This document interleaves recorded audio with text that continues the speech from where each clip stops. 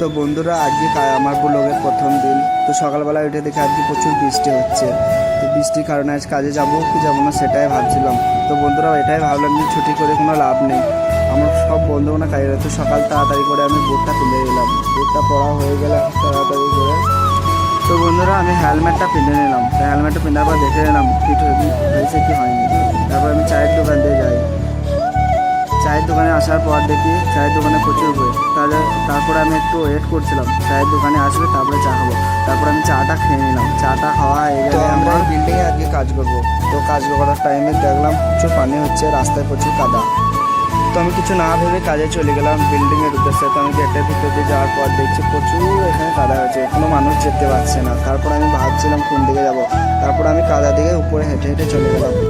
তো আমাকে 5তলার সিঁড়ি হেঁটে লিফটটা ধরতে হবে। টালিগুলো আমাকে লিফটে লোড করতে হবে। তো লিফটের নিচে আসার পর আমি লিফটে তাড়াতাড়ি করে লোড করে নিই। তারপর আমি স্কার্টিংগুলো তাড়াতাড়ি করে কেটে নিই।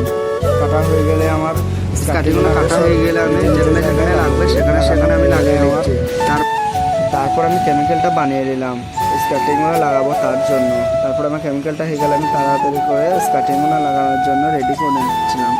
তারপর আমি ঝটপট পুরো স্কার্টিংগুলো লাগিয়ে নিলাম। স্কার্টিংগুলো লাগানোর পর আমার কাজটা কমপ্লিট হয়ে গেলো 9:30টার সময়।